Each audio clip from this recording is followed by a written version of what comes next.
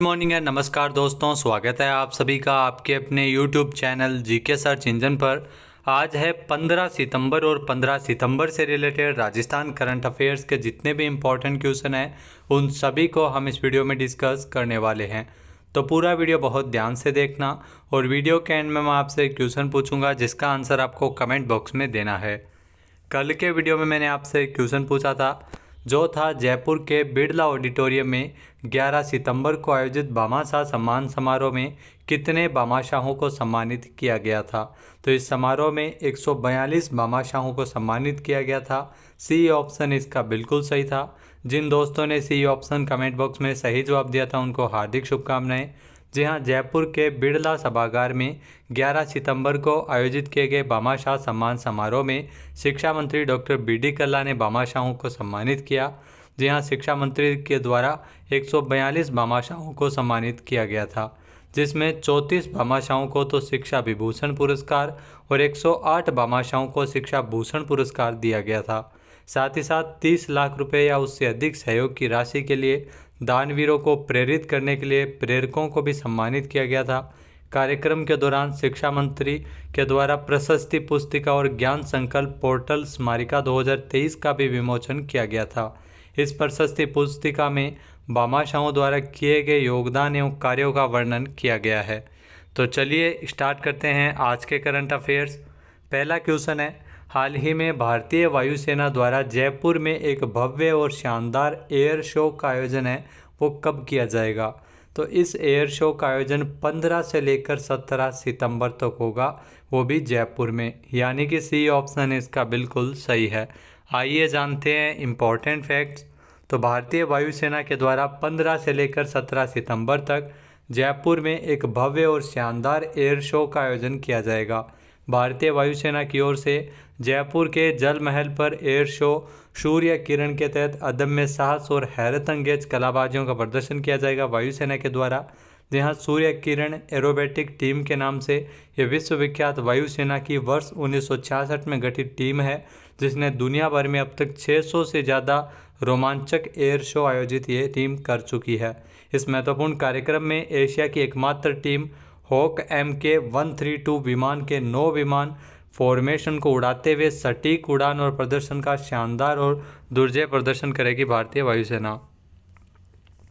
Next है, उद्योग विभाग और राजस्थान फाउंडेशन के तत्वावधान में 23 और 24 सितंबर को अंतर्राष्ट्रीय राजस्थानी कॉन्क्लेव का आयोजन है, वो कहाँ पर किया जाएगा। जी हाँ, 23 और 24 सितंबर को अंतर्राष्ट्रीय राजस्थानी कॉन्क्लेव है, वो जयपुर में आयोजित होगी, यानी कि ए ऑप्शन इसका बिल्कुल सही है। आइए जानते हैं इम्पोर्टेंट फैक्ट्स। तो उद्योग विभाग और राजस्थान फाउंडेशन के संयुक्त तत्वावधान में 23 और 24 सितंबर 2023 को जयपुर में ये अंतर्राष्ट्रीय राजस्थानी कॉन्क्लेव का आयोजन किया जाएगा। जी हाँ, इस मेगा आयोजन के लिए 5 करोड़ रुपए के अतिरिक्त बजट के प्रावधान को CM अशोक गहलोत ने मंजूर किया था। इस कॉन्क्लेव की अगर बात की जाए तो इस कॉन्क्लेव में राजस्थानी गौरव, साहित्य, व्यवसाय, परंपरा, संगीत, कला एवं संस्कृति, समाज कल्याण, उद्यम, भोजन एवं मनोरंजन आदि विषयों पर रोचक सत्र आयोजित किए जाएंगे। इसमें उद्यमिता और निवेश के अवसरों पर एक विशेष सत्र का भी आयोजन किया जाएगा। साथ ही साथ इसमें दुनिया भर के प्रवासी उद्यमी भी शामिल होंगे और इस सम्मेलन में जो NRR नीति में घोषित प्रवासी सम्मान पुरस्कार भी लॉन्च किया जाएगा। नेक्स्ट है, हाल ही में 10वां Indian heritage hotels association annual convention Tijara fort में कब आयोजित किया जाएगा। तो इसका आयोजन 15 और 16 सितंबर को किया जा रहा है, यानी कि सी ऑप्शन इसका बिल्कुल सही है। आइए जानते हैं इम्पोर्टेंट फैक्ट्स। तो 10वां IHHA एनुअल कन्वेंशन है वो 15 और 16 सितंबर को खेरथल तिजारा जिले के तिजारा फोर्ट में आयोजित किया जाएगा, जहां भारत में हेरिटेज टूरिज्म को प्रमोट करने की तरफ एक प्रयास के साथ इंडियन हेरिटेज होटल्स एसोसिएशन जहां IHHA के 10वें एनुअल कन्वेंशन का जो मुख्य फोकस है वो हेरिटेज की क्षमताओं के कुशल उपयोग पर रहेगा। जी हाँ, इस बार जो कन्वेंशन 2023 की थीम रखी गई है वो है unleashing the heritage potential for domestic tourism. Next है, हाल ही में राजस्थान में चंबल रिवर फ्रंट का लोकार्पण कहाँ किया गया। तो महत्वपूर्ण क्वेश्चन है, आने वाले एग्जाम में ये क्वेश्चन जरूर रिपीट होगा।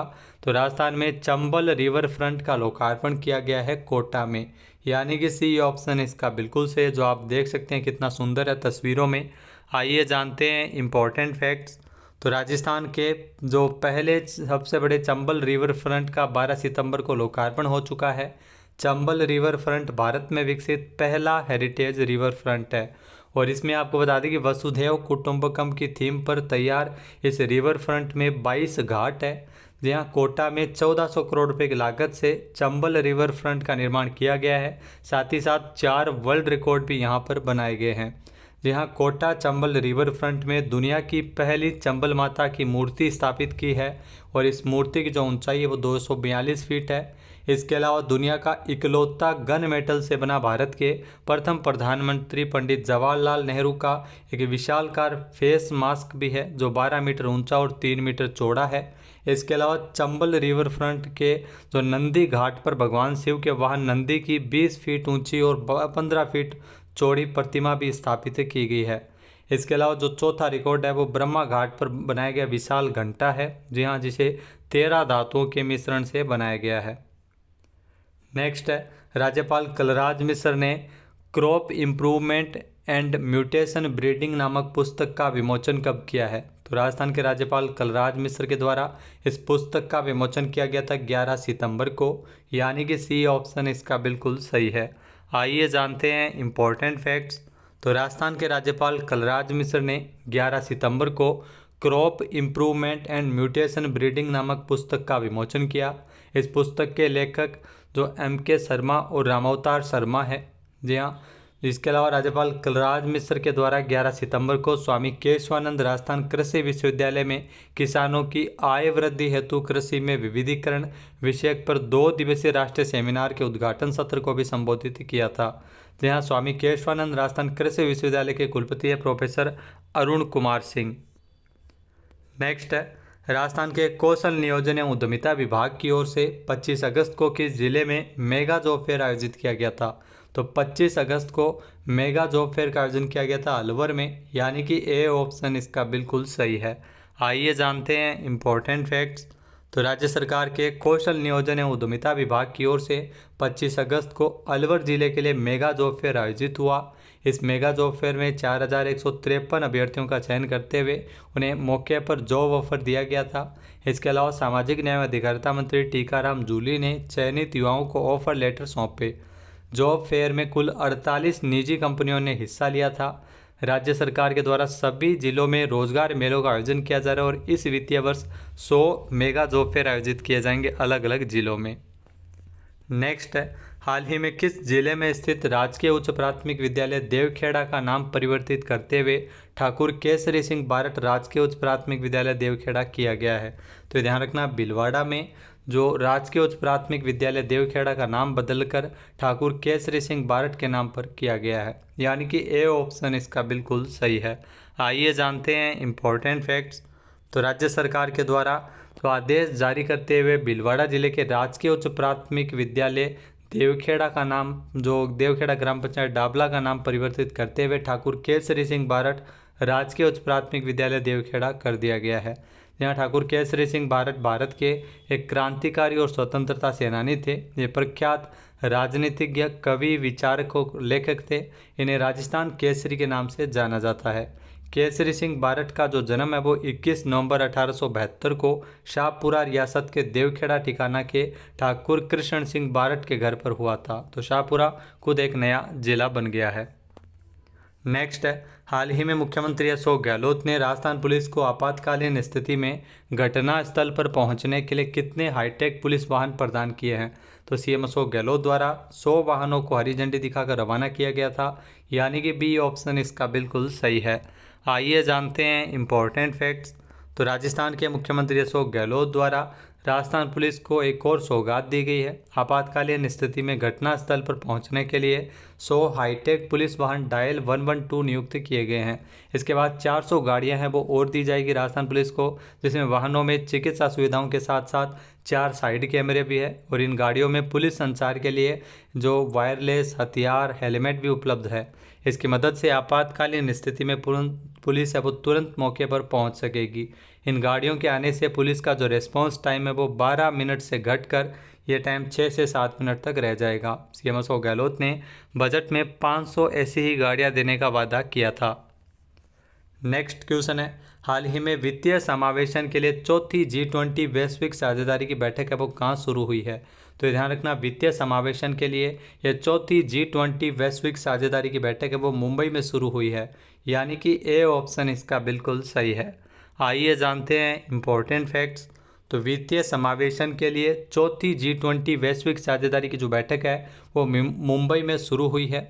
इस बैठक का आयोजन 14 से लेकर 16 सितंबर तक महाराष्ट्र के मुंबई में किया जा रहा है। आयोजन 3 दिवसीय बैठक में G20 सदस्य देशों, विशेष आमंत्रित देशों और अंतर्राष्ट्रीय संगठनों के 50 से अधिक प्रतिनिधि इसमें एक साथ आएंगे। बैठक में डिजिटल वित्तीय समावेशन के क्षेत्रों में G20 इंडिया प्रेसिडेंसी के तहत वित्तीय समावेशन एजेंडा के चल रहे कार्य पर चर्चा इसमें की जाएगी। इसके अलावा हाल ही में आपको पता होगा कि 13 और 14 सितंबर को G20 की सस्टेनेबल फाइनेंस वर्किंग ग्रुप की जो आखिरी बैठक है वो उत्तर प्रदेश के वाराणसी में हुई थी। नेक्स्ट है, हाल ही में G20 India middle east Europe corridor कब लॉन्च किया गया था? जी हाँ, हाल ही में G20 India middle east Europe corridor को 9 सितंबर को लॉन्च किया गया था, यानी कि ए ऑप्शन इसका बिल्कुल सही है। आइए जानते हैं इंपॉर्टेंट फैक्ट्स। तो G20 India middle east Europe corridor 9 सितंबर 2023 को लॉन्च किया गया था।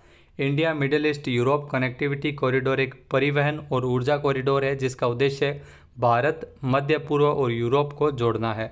इसे 9 सितंबर को दिल्ली में G20 शिखर सम्मेलन में लॉन्च किया गया था। इस कॉरिडोर में भारत को अरब की खाड़ी से जोड़ने वाला एक ईस्ट कॉरिडोर और अरब की खाड़ी को यूरोप से जोड़ने वाला एक उत्तरी कॉरिडोर शामिल होगा। इसका उद्देश्य जो क्षेत्र में चीनी BRI को चुनौती देना है।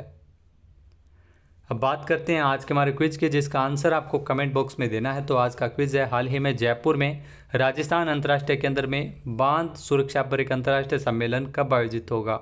एक बार फिर से सुनेगा, जयपुर में राजस्थान अंतर्राष्ट्रीय केंद्र में बांध सुरक्षा पर एक अंतर्राष्ट्रीय सम्मेलन है वो कब आयोजित किया जाएगा? इसका सही आंसर आपको कमेंट बॉक्स में देना है। और अगर ये वीडियो आपको पसंद आए तो इसे लाइक और शेयर करना बिल्कुल ना भूलिएगा। चैनल पर नए हैं, सब्सक्राइब नहीं किया है तो अभी सब्सक्राइब बटन पर क्लिक करें। इस वीडियो की जो PDF फाइल है वो आप वीडियो के डिस्क्रिप्शन बॉक्स से डाउनलोड कर सकते हैं।